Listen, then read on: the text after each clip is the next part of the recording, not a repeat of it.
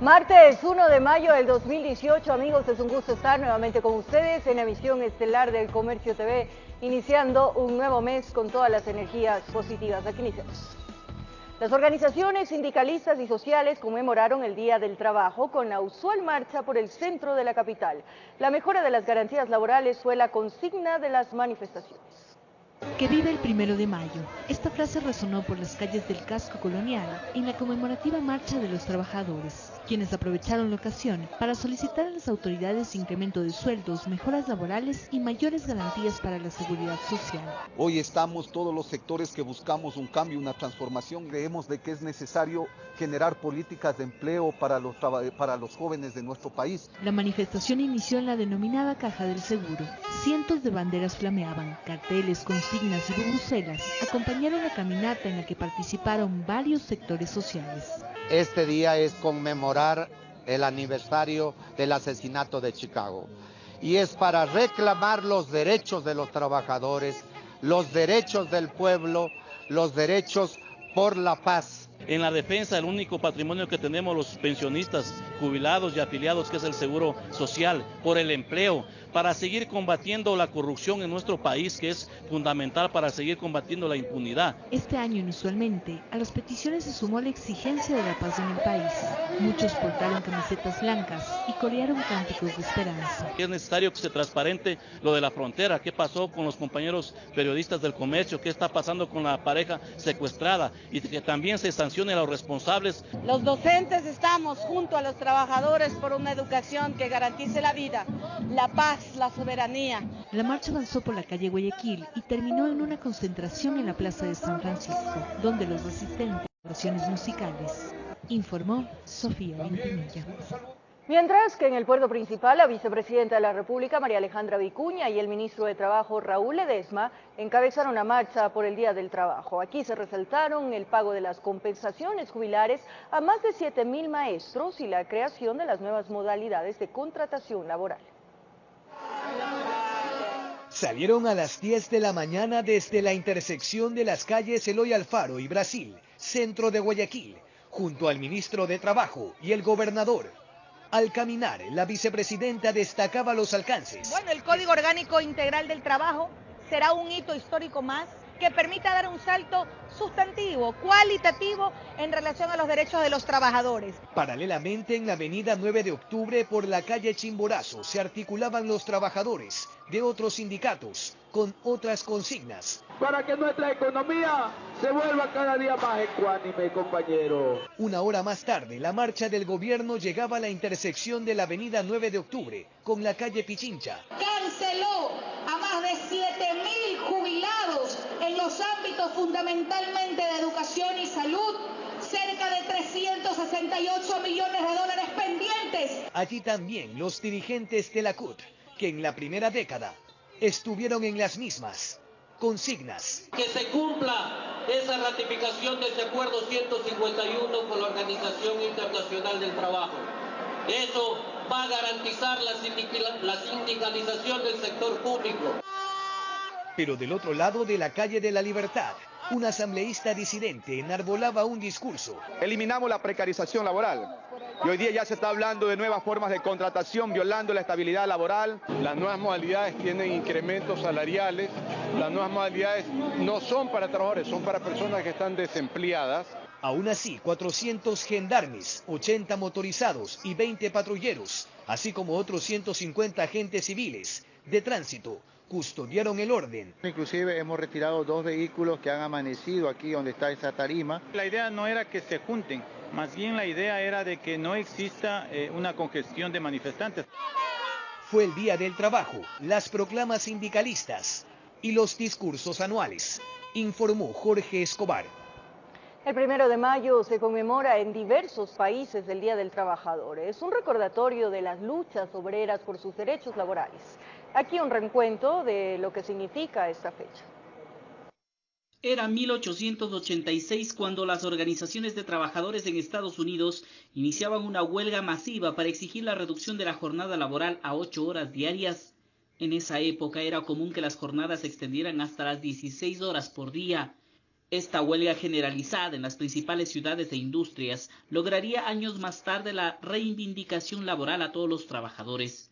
Luego de esto, se declaró en varios países al 1 de mayo como el Día del Trabajador. En el Ecuador, esta fecha se ha venido celebrando año tras año, con distintos matices políticos, pero siempre con la reivindicación de los trabajadores y sus derechos. Las grandes movilizaciones durante décadas han sido protagonizadas únicamente por los obreros. En 2007, y con la llegada de Rafael Correa, se registraba una de las pocas veces en las que un presidente de la República se sumaba a las marchas por este día. Pero este acercamiento duró poco. Años después, las críticas en contra del régimen harían que los sindicatos y gremios se alejen del gobierno y nazcan organizaciones afines al correísmo que trataron de opacar a las históricas agrupaciones. Tras una década, este 2018 nuevamente los trabajadores viven un proceso de acercamiento y diálogo con el régimen de Lenín Moreno. Esperan que sus pedidos, que tras largos años se van emitiendo, esta vez tengan acogida dentro del gobierno. Informó Javier Gallo. Y en la ciudad de Cuenca, miles de obreros y trabajadores celebraron el 1 de mayo. La marcha congregó a movimientos sindicales campesinos, gremios de profesores, comerciantes y ciudadanía en general. Las calles céntricas de la capital Azuaya fueron el escenario propicio para la celebración del 1 de mayo, Día del Trabajo, evento que congregó a miles de obreros, trabajadores, movimientos sociales, colectivos, gremios de estudiantes, comerciantes y grupos ciudadanos. La gran marcha convocada por los principales gremios de los trabajadores partió desde el Parque de San Blas hasta el Parque Calderón. En este recorrido, tanto las consignas de los participantes como los carteles pedían paz, trabajo, no a la corrupción y beneficios laborales. Un nuevo Código Orgánico del Trabajo donde se garantice la estabilidad de los trabajadores, los salarios justos, el derecho a la organización, a la contratación colectiva, que hoy casi es nula en el país. La policía brindó seguridad a los protagonistas del desfile, que tuvo la tranquilidad del caso. La concentración se dio en el hemiciclo del Parque Central, donde los representantes de las organizaciones participantes emitieron sus discursos de orden. Reconocemos el trabajo de las personas que mueven el mundo, el trabajo campesino, el trabajo de las compañeras recicladoras. Solidarizamos con la familia de los periodistas, de los militares y los dos que continúan secuestrados. Informó desde la ciudad de Cuenca, Francisco Ramírez. Además, les contamos que miles de personas se movilizan alrededor del mundo en el Día del Trabajo, que se conmemora este 1 de mayo. A continuación, un recorrido por las movilizaciones que se realizaron en Asia y Medio Oriente. Consignas a favor de los trabajadores se corean en todas partes del mundo este 1 de mayo. Las injusticias laborales siguen presentes. Ciudadanos de Asia y Medio Oriente arrancaron su jornada con varias denuncias. En Taiwán, estas son las exigencias que se demandan al gobierno. La ley laboral debería garantizar los derechos básicos del trabajador, mientras que las empresas deberían proporcionar mejores condiciones a sus empleados. Pero este no es el caso. Ahora los empresarios pueden obligar a los trabajadores a hacer horas extras y reducir el tiempo libre.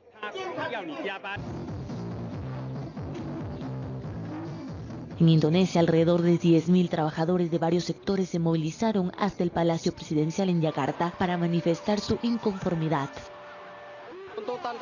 Exigimos justicia para los trabajadores. Le pedimos al gobierno que elimine inmediatamente la subcontratación.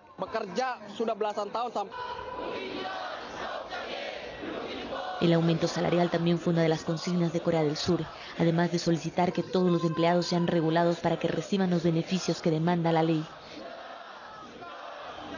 Mientras que en Irak recuerdan al régimen todas las promesas que no cumplió durante su mandato. En este día deseo que las clases trabajadoras reciban un trato justo, porque estamos oprimidas y marginadas.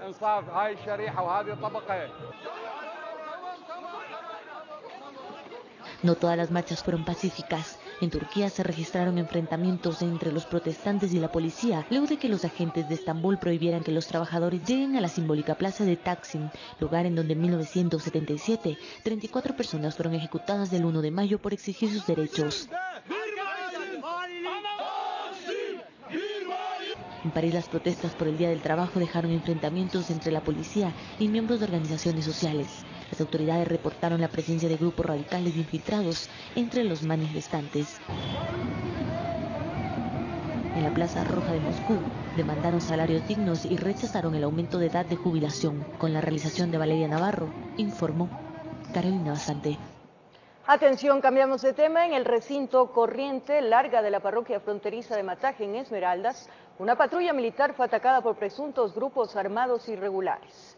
Este hecho se habría registrado antes del mediodía de este martes 1 de mayo.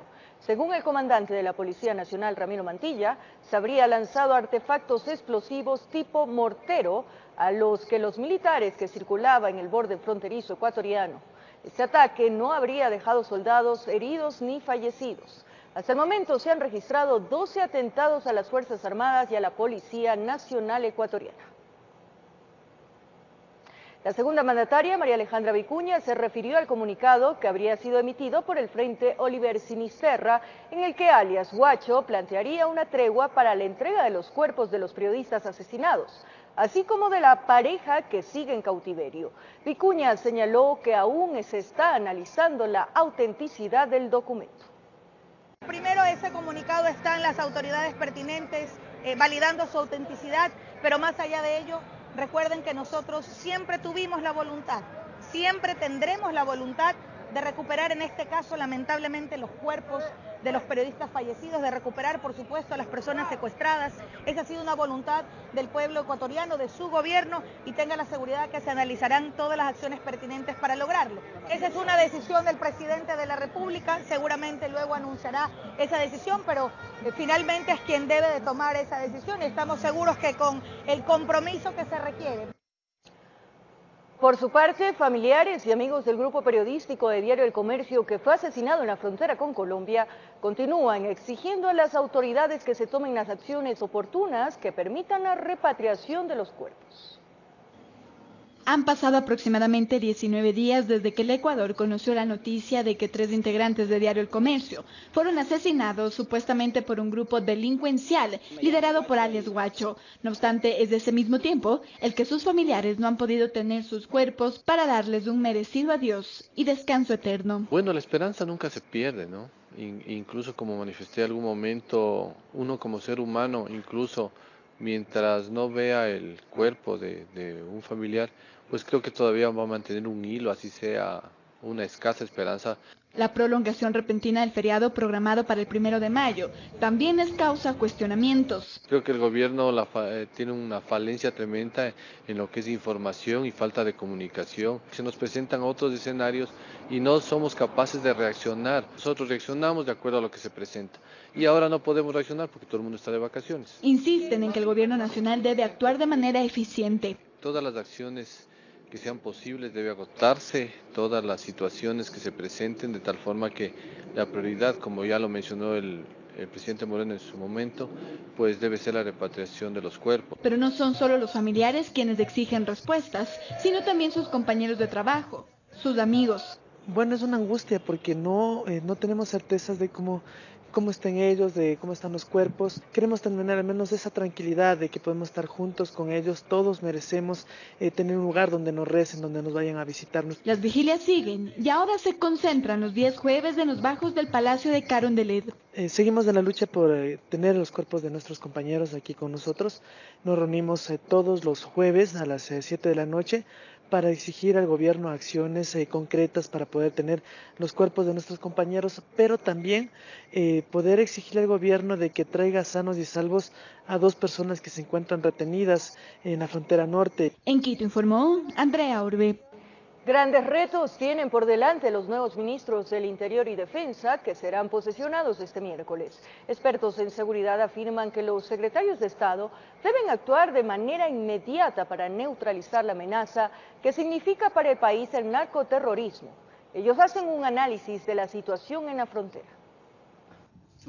Con gran expectativa se mantienen dos de los expertos en seguridad consultados tras la designación de los nuevos ministros de Defensa e Interior.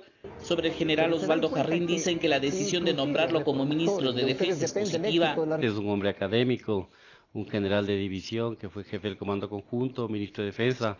Fue profesor en el Centro de Defensa Hemisférico de los Norteamericanos. Desde el punto de vista técnico es una persona que conoce cabalmente su gestión, ¿no? Sobre el nuevo ministro del Interior aseguran desconocer su trayectoria en ámbitos de seguridad, por lo que prefieren esperar a conocer su plan de trabajo. Sé que ha sido un académico ligado al tema de las finanzas y no conoce el tema de gestión pública. Esperemos hasta el día de mañana para ver qué nos plantea el ministro del Interior. Debe tener una hoja de ruta ya, que nos va a explicar una vez que yo escuche esa hoja de ruta. Si es posible, me permitiré opinar al respecto. Los expertos esperan que estas designaciones puedan dar un giro al manejo de la crisis que vive el país por la situación en frontera norte. ¿Y cómo se le enfrenta a este grupo armado delincuencial? Primero, con la ley. Segundo, con inteligencia. Tercero, con cooperación internacional. Fundamentalmente. Actualmente estamos ante un autor que básicamente es un autor criminal, donde lo que se debe dar respuestas son de índoles bastante contundentes para poder un poco mitigar el problema. Que se deben aplicar nuevos planes de cooperación internacional para poder combatir a estas organizaciones delictivas que han afectado en las últimas semanas al país, aseguran. Personalmente, para mí, el tema de la frontera no se arregla con tanques, ni tanquetas, ni con artillería pesada, se arregla con inteligencia. Un servicio combinado entre las Fuerzas Armadas y nuestra Policía Nacional. Establecer un acuerdo estratégico para un poco limitar esa amenaza que sí hay por el país y que en los últimos años, sobre todo a través del acuerdo de paz en Colombia, se ha potenciado de una manera importante sobre la parte fronteriza con Ecuador. En el tema de la posibilidad de crear un corredor humanitario para rescatar a los 2 ciudadanos secuestrados y los cuerpos de los periodistas asesinados, los expertos discrepan en sus puntos de vista. Por supuesto que es posible. Miren, lo que pasa es que el Ecuador, y parece que las autoridades que han estado en sus puestos tienen un desconocimiento tan grande. Sería impensable que usted le esté dando dirimencia a un grupo que es un grupo criminal. En todo caso, hay gran expectativa en lo que pueden decir y hacer los ministros frente a esta complicada situación de seguridad que vive actualmente el país. Informó Javier Gallo. Desde este 2 de mayo, los fiscales provinciales del país entrarán en un periodo de prórroga, a la espera de la decisión final que tome el Consejo de Participación Ciudadana Transitorio, que fue quien suspendió el concurso. Se espera que este miércoles se conozca la posición que tome tanto el Consejo de la Judicatura como el Consejo de Participación. Tras la decisión tomada por el Consejo de Participación Transitorio de suspender el concurso para la designación de fiscales a nivel nacional, se espera que desde este miércoles arranque un periodo de prórroga en funciones para los 23 fiscales provinciales que legalmente debían ser relevados en sus cargos este 2 de mayo. La decisión de suspender el concurso fue tomada por el Consejo Transitorio y criticada por la Judicatura. Miles de participantes en al menos 3 concursos que impulsa el Consejo de la Judicatura encuentran su aspiración y su derecho truncado. Su derecho de participar ciudadanamente en estos concursos se encuentra lamentablemente truncado. A ver, no tiene el más mínimo sentido ni la más mínima lógica que si una entidad del Estado entra en un proceso de evaluación, entre otras cosas por denuncias de concursos irregulares, se le permita a la misma entidad continuar con los concursos. Pero de manera sorpresiva, la decisión de suspender los concursos para fiscales fue revocada por un juez de la provincia del Oro el viernes pasado, luego de aceptar un recurso constitucional de medidas cautelares. Pero esta decisión ya ha sido criticada por el Consejo de Participación, quien dictó la suspensión. Se espera que este miércoles los miembros del Consejo emitan una resolución ante esta decisión judicial. Por lo pronto, lo que se conoce es que el Consejo de la Judicatura daría paso a la prórroga en funciones de los 23 fiscales hasta que el tema sea resuelto por quien ahora evalúa a todos los miembros de la función judicial. Informó Javier Gallo. Además, el Consejo de Participación Ciudadana y Control Social Transitorio deberá justificar en una audiencia las causas por las cuales suspendió el concurso para fiscales. Esto tras una acción de protección y medidas cautelares planteadas en contra de la decisión.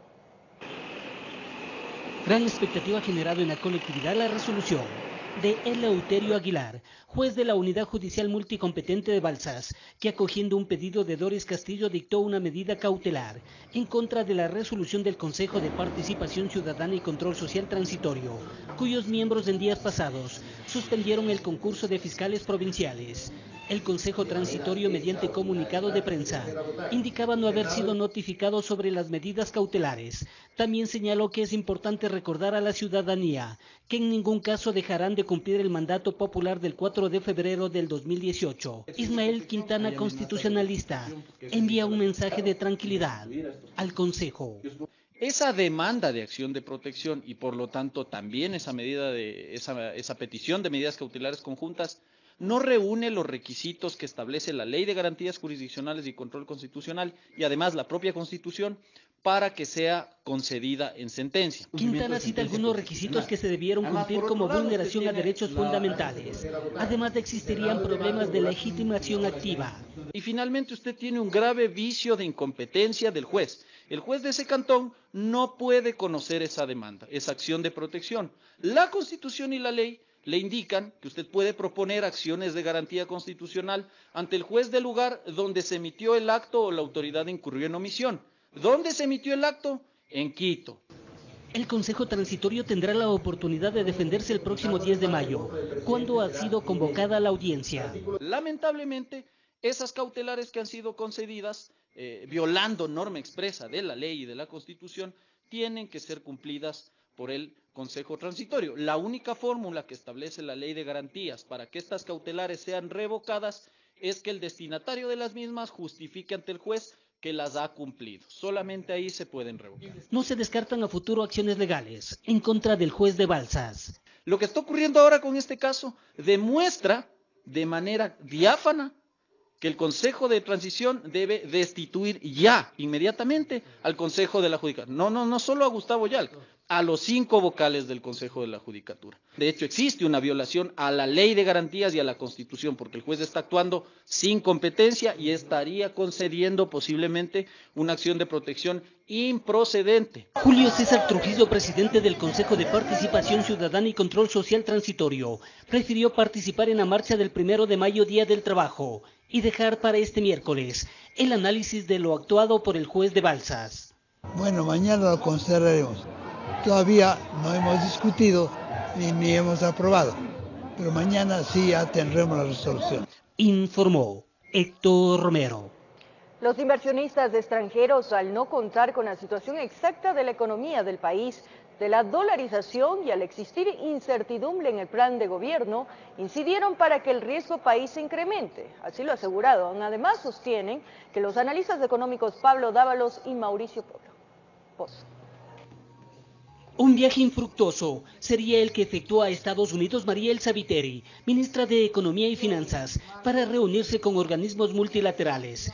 Esto se atreve a mencionar el analista económico Pablo Dávalos. Muchos inversionistas privados no contaron con criterios que les permitan saber cuál es la situación exacta del país. Hay una situación de preocupación con respecto al déficit fiscal, no se sabe hasta qué punto el gobierno pueda tener márgenes de maniobra con el déficit fiscal, no se sabe la situación con respecto a la dolarización y con respecto al programa de gobierno existen incertidumbres. Mauricio Pozo, experto en temas económicos, va en la misma línea. Reunión que finalmente tuvo a mi criterio un saldo negativo, porque no hubo reunión con los inversionistas, paradójicamente quienes compran los papeles de deuda ecuatoriana, y el país va a necesitar, así no nos guste, más endeudamiento.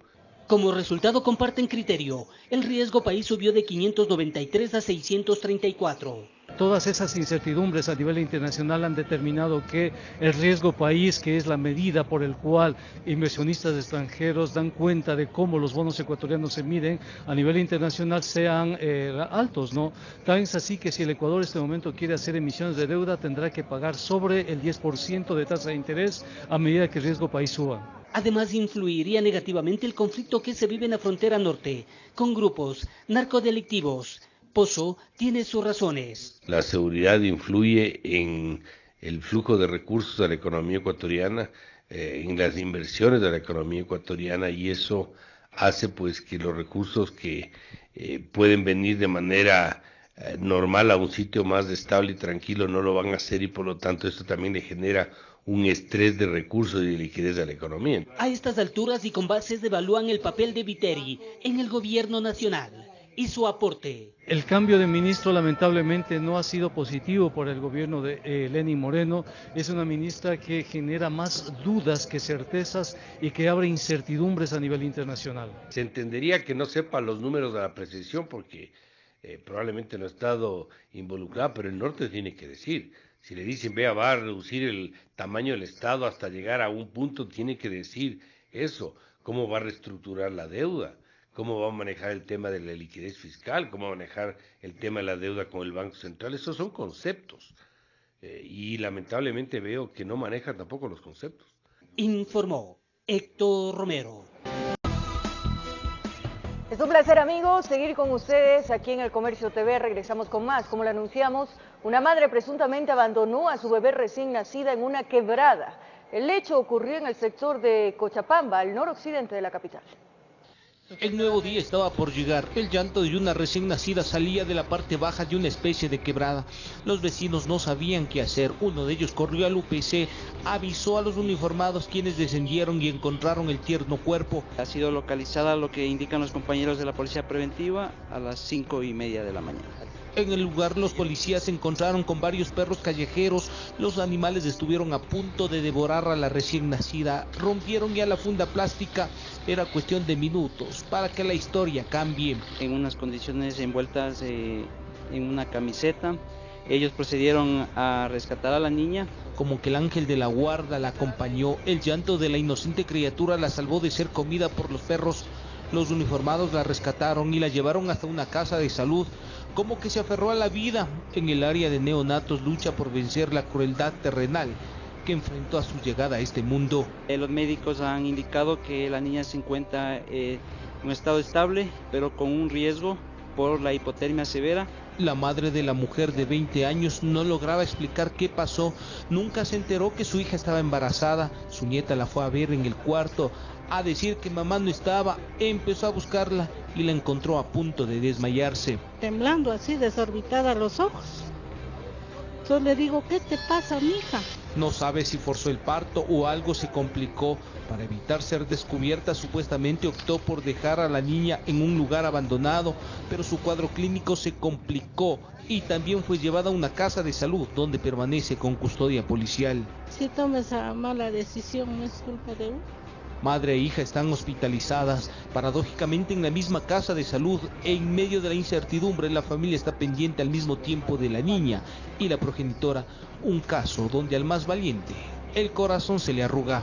Yo trabajo, ahora estoy faltando al trabajo porque yo eso hago, trabajar para mantener. Un drama que recién empieza. El camino para conocer el desenlace aún es largo y quién sabe hasta espinoso. En Quito informó Iván Casamen.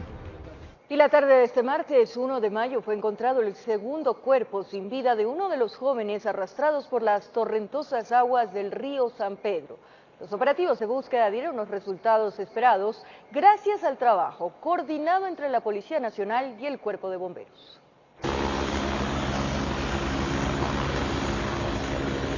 El accidente mortal originado el pasado 29 de abril llegó este 1 de mayo a su desenlace.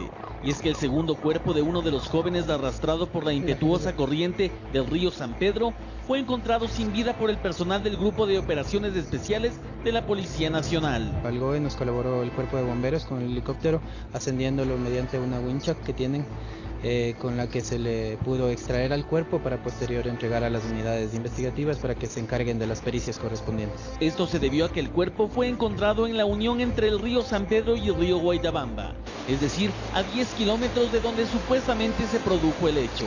Lo complicado del escenario natural habría obligado a sacar al fallecido por aire.